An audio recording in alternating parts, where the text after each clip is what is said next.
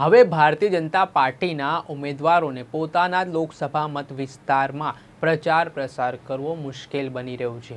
જેવી રીતે થોડા સમય અગાઉની વાત છે, ભારતીય જનતા પાર્ટીના કદાવર નેતા પરસોત્તમ રૂપાલાએ જે ક્ષત્રિય સમાજને લઈને વિવાદિત ટિપ્પણી કરી હતી, તેના કારણે આ સમગ્ર ઘટનાનું સર્જન થયું છે। વાત આટલેથી ન અટકતા હવે ક્ષત્રિય સમાજના લોકો પરસોત્તમ રૂપાલા સામેનો ગુસ્સો છે તે ક્યાંક ને ક્યાંક ભારતીય જનતા પાર્ટીના ઉમેદવારો પર પણ ઉતારતા દેખાઈ રહ્યા છે। પરસોત્તમ રૂપાલા વિરુદ્ધ સૂત્રોચ્ચાર કરીને ઉમેદવારોનો પણ વિરોધ નોંધાવવામાં આવી રહ્યો છે। ત્યારે ફરી એકવાર કચ્છના ઉમેદવારને વિરોધનો સામનો કરવો પડ્યો। આ દરમિયાન પોલીસ અને ક્ષત્રિય યુવાનો વચ્ચે ઘર્ષણના દ્રશ્ય પણ સામે આવ્યા। ક્યાંની આ ઘટના છે તે વિશે વાત કરીશું આ વિડીયોમાં। વૈષ્ણવજન તો તેને કહીએ જે પીડ પરાઈ જાનાને રે। નમસ્કાર દર્શક મિત્રો, નવજીવન ન્યૂઝમાં આપનું સ્વાગત છે। હું છું ફૈઝાન। થોડાક દિવસ પહેલાની વાત કરીએ, જ્યારે લોકસભા ચૂંટણીની જાહેરાત થઈ ત્યારે ગુજરાતમાં ભારતીય જનતા પાર્ટી માટે બધું સમૂહસૂત્ર ચાલી રહ્યું હતું। એક તરફ ભાજપના પ્રદેશ પ્રમુખ CR પાટીલ 5 લાખની લીડ સાથે 26 બેઠકો જીતવાની વાત કરી રહ્યા હતા અને તે કાર્યકરોમાં પણ જુસ્સો ભરી રહ્યા હતા। પરંતુ હવે નેતાઓ અને કાર્યકરોનો જુસ્સો છે તે તૂટતો દેખાઈ રહ્યો છે, કેમ કે ક્ષત્રિય સમાજનો વિરોધ તે ભારતીય જનતા પાર્ટીના કાર્યકરોને પણ નડી રહ્યો છે, નેતાઓને પણ નડી રહ્યો છે। આનો વિરોધ છે તે અન્ય બેઠક ઉપર પરસોત્તમ રૂપાલા સિવાય જે 25 બેઠકો છે તેના ઉમેદવારોને પણ હવે પરસોત્તમ રૂપાલાનો વિરોધનો સામનો કરવો પડી રહ્યો છે। આ જ પ્રકારની ઘટના અવારનવાર સામે આવી રહી છે। ક્ષત્રિય સમાજે અલ્ટિમેટમ આપ્યું હતું ભારતીય જનતા પાર્ટીને કે પરસોત્તમ રૂપાલાની જો ટિકિટ રદ કરી દેવામાં આવશે તો તેઓ સમાધાન કરી લેશે, નહીંતર આ લડાઈ છે તે પરસોત્તમ રૂપાલાથી વધીને ભારતીય જનતા પાર્ટી સામે થઈ જશે અને આ પ્રકારની સ્થિતિનું નિર્માણ છે તે થઈ ચૂક્યું છે। હવે ક્યાંક ને ક્યાંક ભાજપનો પણ વિરોધ થતો જોવા મળી રહ્યો છે। ગામે ગામ બેનરો લગાવી દેવામાં આવ્યા છે।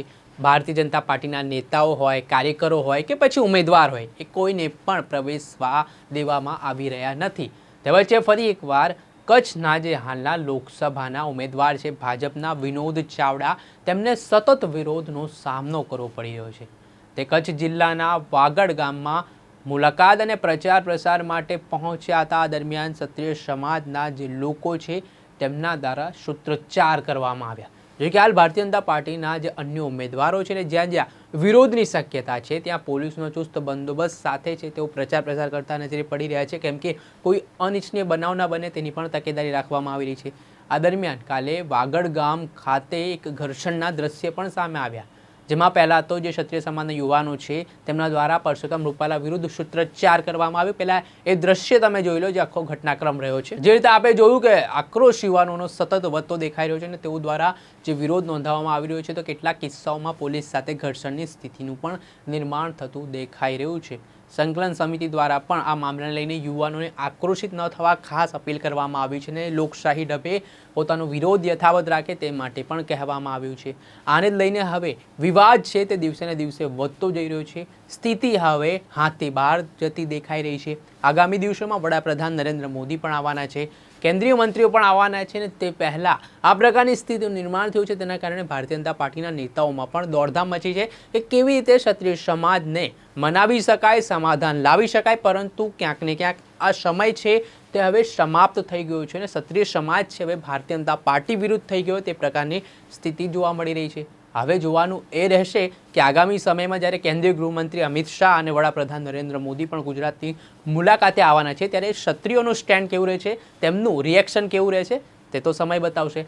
દર્શક મિત્રો, અત્યાર સુધીમાં બસ આટલું। આવા નવા વિડીયો સાથે આપણે માહિતગાર કરતા રહીશું, એટલે નવજીવન ન્યૂઝની ચેનલને આપ લાઇક કરો, સબસ્ક્રાઇબ કરો અને વધુમાં વધુ શેર કરો। નમસ્કાર। વૈષ્ણવજન તો તેને કહીએ